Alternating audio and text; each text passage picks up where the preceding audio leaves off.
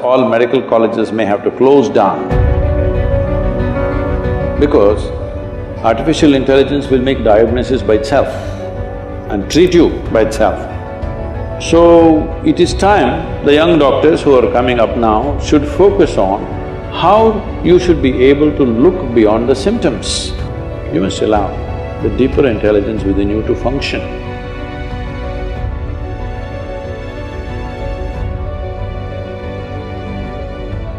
The antibiotic resistance is increasing day by day and Ayurvedic practices are declining day by day. So how do we create a perfect amalgamation between the practices of Ayurveda and allopathy? Ayurveda and Siddha and naturopathy is growing big time in the West, particularly in Europe, very big. In India, of course, it's dying because they have to approve it for us to take it. Without their approval, we cannot take it. But we must understand the difference between allopathy and these other Indian systems. Right now, an Ayurvedic doctor is going to another medical college just like you go for 4 years or 5 years or whatever. So what he's learning is a downgraded medicine, downgraded understanding. An Ayurvedic doctor or one who wants to practice Ayurveda should not go to a 4-year course. You have to invest your life in it, otherwise it won't happen. Traditionally, from childhood, they learn to feel the herbs, they learn to feel the people, the pulse and this and that. This is developing a certain intuition where we don't go by the symptoms that you're showing on your body right now. We don't see your temperature and say, this is what it is.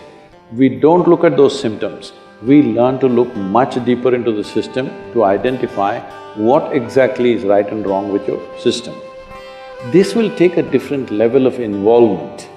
That involvement is missing right now. We're looking at things, if I do this much, I must get this job or I must get this place in the world. With this, these systems may not function very well. You must have heard this, the same medicine one doctor gives in Ayurveda and Siddha, the same medicine, in one person's hands it works very well, in another person's hands it doesn't work well because the person who gives it is as important as the medicine, because it's not working just by its chemical composition. The entire allopathic system is working out of chemical composition. Anyway, there is a danger that in the next 25 years, all medical colleges may have to close down because artificial intelligence will make diagnosis by itself and treat you by itself. Surgeries are all happening now, robotic surgeries are happening. Still human beings are needed because machines need to be upgraded. But in 25 years' time, even today, in United States, I know doctors. I saw a doctor whom I know very well. He is carrying an old BlackBerry, the first model that came, which is that thick and a huge capability. Every time any patient, whatever, he just goes there into his BlackBerry. I said, what are you looking in the phone and treating people? He said, no, Sadhguru, all my textbooks are here in this phone. I'm just looking and telling them. So if you can look, the phone can become smart enough now that it will tell by itself. If you just tell the symptoms to Alexa, she will tell you what you should do. So, this form of symptomatic treatment may become irrelevant after some time because you're just gathering data and processing it and giving an answer. This a machine will be able to do better than any human being because it can process much faster and much better and not miss anything. So, it is time the young doctors who are coming up now should focus on how you should be able to look beyond the symptoms. This is what Ayurveda and Siddha is significant about. There was a yogi with whom I volunteered for some time for his medical camps that he used to have. It was like a festival. Okay, for everybody who comes to him, he has a joke to tell them and it goes on like a festival. Simply something he will give and people are cured, thousands of people will queue up for him every day. And he himself lived to be 106.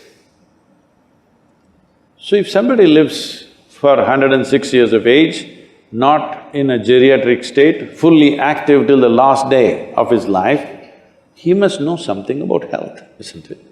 Hello? My great-grandmother lived to be 113, 113 years of age. I will tell you, this may sound absurd to you, but you must listen to this, because if you are not open, there will be no new learning.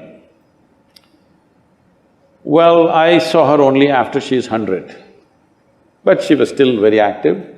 She was living all by herself in an open field. She built a small temple for herself, not for a god, for herself. She built a temple and she sat in it because she felt she deserves a temple. This is very common in India, especially women, older women, built small temples, they sat there and they served humanity in a different way, in their own way. So when we went there for vacations and all, she would come home. If you give her breakfast, she will take this and put it to the ants, to the squirrel, to the sparrows, everything. Most of the breakfast is gone like this.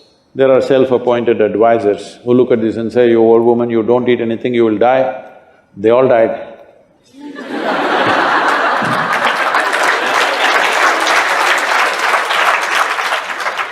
And she will simply sit there looking at these sparrows and ants eating, simply tears would be rolling from her eyes. And when somebody said, "You've not eaten?" She said, "I'm full." I thought she was very emotional about the ants because I was just 4 or 5 years of age. I was going stamping the ants, chut, chut, chut. The best thing is she never stopped me. She never said, "Don't do that." She knew she's doing what she has to do for the ants. Ants are doing what they should do for their life. I am, as a child, doing what I have to do as a child. When I sometimes saw her like this and I asked, "What is this happening to you?" she would just laugh loudly and she would say, "Someday you will know." It took me over 25 years to know this, that your life is not nourished 100% by the food that you consume and things that you do. Life is a bigger phenomena than what you think in your head, much larger. Before you came, this cosmos was there, everything was working. After you and me are gone, still it'll be fine, isn't it? There is an intelligence beyond you. Don't immediately quantify it as God, this, that, because you're making a conclusion about things that you do not know. If you stay here, this is very important, if you live here clearly knowing you don't know a damn thing about anything, your intelligence will remain alert to everything. But you make conclusions, reading a book, listening to this and that nonsense, you say, "I know this, I know that, I know that." The moment you identify with your knowledge, you will become very small, because it doesn't matter how much you know, still what you know is a minuscule in this existence, isn't it? But our ignorance is boundless.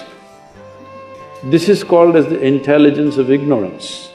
If you always know that you do not know, your intelligence will remain super alert.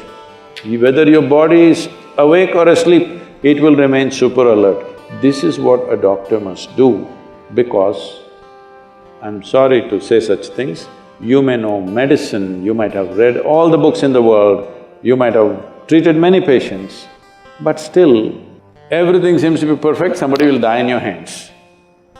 Everything looks like he's going to die, he will sit up tomorrow morning. You will see this happening, yes or no? So, there is intelligence beyond you and me, there's an intelligence which makes us happen, there's an intelligence which can make a mango into a human being. If you don't allow that to function within you, if you think everything is in your head, you will become a dumb doctor. You must allow the deeper intelligence within you to function.